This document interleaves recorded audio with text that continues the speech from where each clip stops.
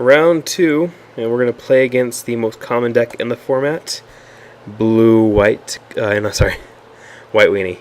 So he has a weakish start here. It's not the greatest, but it's actually it's pretty mediocre. I'm not going to call it weak because he's got 3 power in play on turn 2. So he's starting attacking us. Now we see he's missing lands, so this just turns his hand into a weak hand. We don't have a great hand either, but at the same time, we're doing okay right now. We search up a land with our Megasynth and Phyrexian Core. We're holding back now. He's only got 1 power in play, so we're able to spend some time just working on our mana. We bounce the Scourge at the end of the turn because we can make him discard to 8 cards in his hand. So here's going to play another one. We're going to counter this one because we have 2 counter spells in our hand. We're going to try to keep him off Metalcraft if we can too, because we have the Consecrated Sphinx in play in our hand.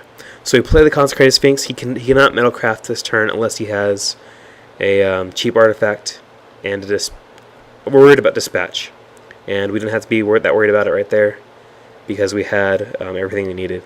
So we get to play an Elspeth. And if he tries to dispatch here, we're going to be able to Divine Offering away one of his artifacts in response. He goes for the Blade Splicer, which is just fine. Elspeth is very good against Blade Splicer. And we disperse away a Golem token to keep him off Metalcraft even further.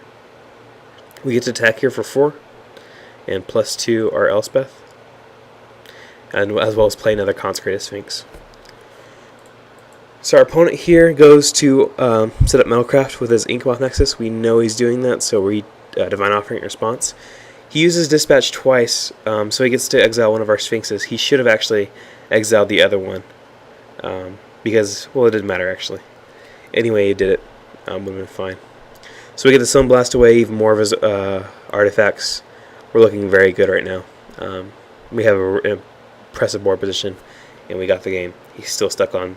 Well, yeah, he drew up to 3 lands, but he's stuck on 2 there. So we're going to go to game 2 of round 2. We open on a pretty solid hand, and then our opponent just explodes on us.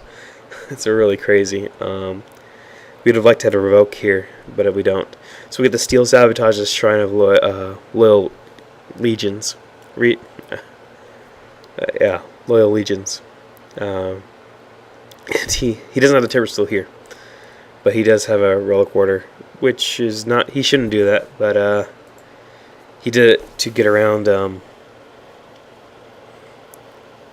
Phyrexian Core, which is not the right play, because if we kill that, we get a free land drop out of that.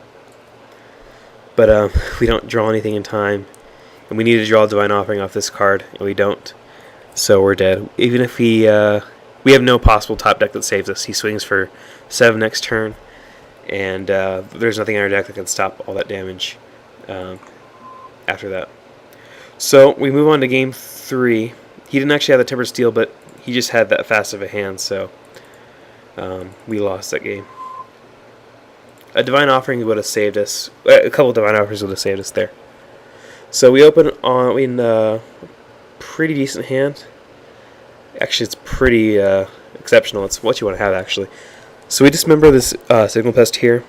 We want to get to... I'm not sure if there's a right play there, but I wanted to make sure we slowed him down enough to where he didn't get any heavy start on us. We get a Divine Offering that away.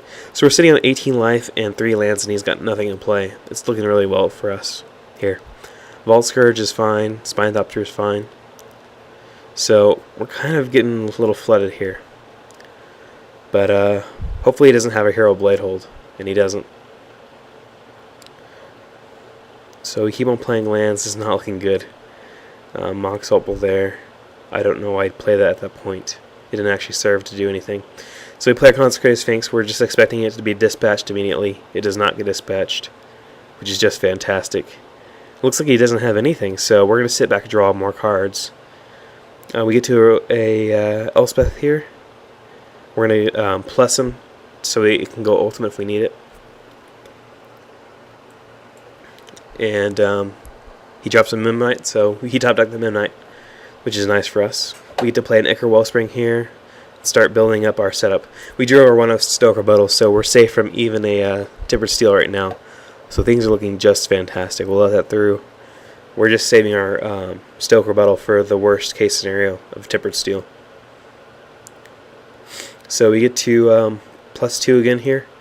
Hold off his team. He probably should be swinging at some point here, but then again he's losing guys if he swings. We get to disperse our Consecrated Sphinx back to our hand so we can ultimate with Elspeth next turn. He's got only one artifact for Metalcraft. We have a Consecrated Sphinx in play. The game is pretty much over right at this point, but he's going to keep on making us run with it. So we're going to draw more cards. We have tons of Elspeths in hand. Leonic Relic Order probably should have been taken out. It's not regularly against us post-board. We continue doing what we're doing. Unfortunately, a lot of threats are Elspeth, so we're not actually putting more pressure on him, but we should be fine anyways. So we're going to be able to play another Consecrated Sphinx here and put 3 more tokens into play.